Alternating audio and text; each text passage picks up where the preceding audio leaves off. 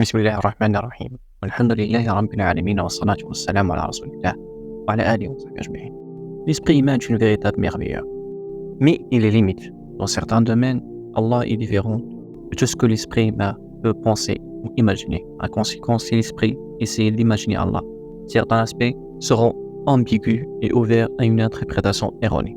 Ni moi, il est possible de comprendre les attributs d'Allah qui ne nécessitent aucune image mentale. Par exemple, l'un des noms d'Allah est Al-Ghaffar, ce qui signifie le touche pardonneur.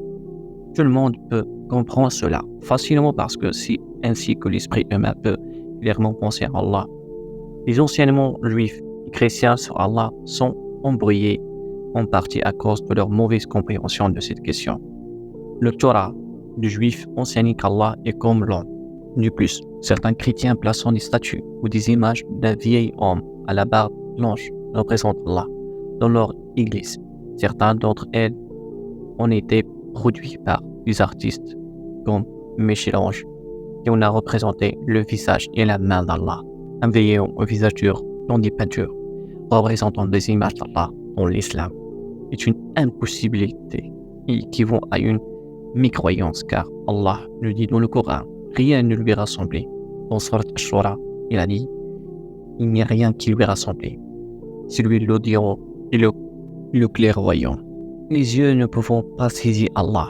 Il nous dit dans le Coran, les regards ne peuvent l'atteindre, cependant qu'il saisit tous les regards. Moussa alayhi salam, à qui Allah a parlé et a produit de grands miracles, a été choisi par Allah pour être son prophète. On dit que Moussa, pensant qu'Allah lui avait parlé, pourrait peut-être voir réellement Allah s'il demandait. L'histoire est dans le Coran où Allah nous dit ce qu'il passait. Et lorsque Moussa vint à notre rendez-vous et que son Seigneur lui a parlé, il dit « Oh mon Seigneur, montre-toi à moi, pour que je te voie. » Il dit « Tu ne me verras pas, mais regardez le monde. S'il tient en sa place, alors tu me verras. » Mais lorsque son Seigneur se manifeste au monde, il le bouleversa. Et Moussa se fondraillé. Lorsqu'il se fut remis, il dit « Gloire à toi je me réponds, et je suis le premier des croyants. » Allah apprécie que personne n'y ait compris le grand prophète Moussa alayhi salatu wassalam ne peut supporter la vue d'Allah, car Allah est trop grand pour être saisi par des yeux humains dans cette vie. Selon le Coran, Moussa s'est rendu compte que sa demande était une erreur.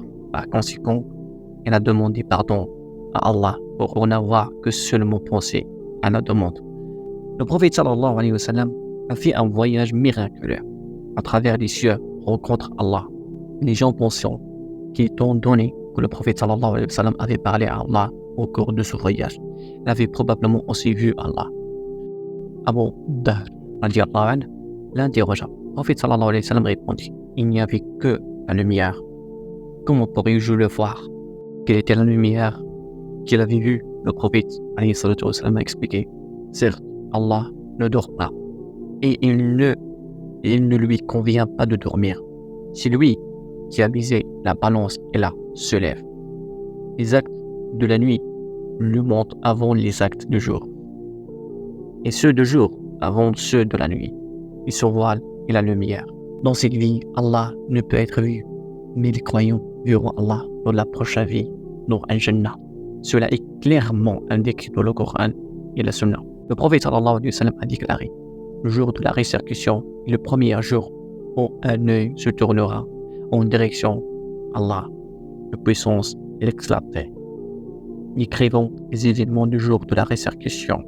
Allah déclaré dans le Coran, ce jour-là, il y aura des visages resplendissants qui regardent leur Seigneur. On a demandé au prophète sallallahu alayhi wa sallam si nous verrions Allah le jour de la résurrection. Il répondait, es-tu blessé en regardant la lune quand il est là?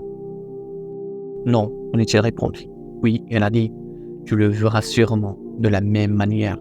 Dans un autre hadith, le prophète sallallahu alayhi wa sallam a déclaré, chacun de vous verra certainement Allah le jour où vous le rencontrerez. Il n'y aura pas de voile ni de traducteur entre lui et vous. Voir Allah sera une faveur qui s'ajoute au paradis pour les musulmans qui habiteront en fait la joie de voir Allah pour un croyant.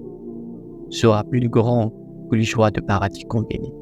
Les mécroyants, par contre, seront privés de voir Allah, et ce sera un plus grand châtiment pour eux que toute la douleur et la souffrance de l'enfer combinés. Subhanallah wa bihamdih. Wa ashhadu an la ilaha illa anta wa astaghfiruka wa atubu ilayk. Wa la hawla wa la quwwata illa billah. Le prophète alayhi salatu wa salam a dit: quiconque indique un bien a la même récompense que celui qui l'a accompli. Donc, n'hésitez pas à partager ces biens avec votre famille et vos amis, et qu'Allah vous protège de feu et vous récompense en Jannah, Inch'Allah.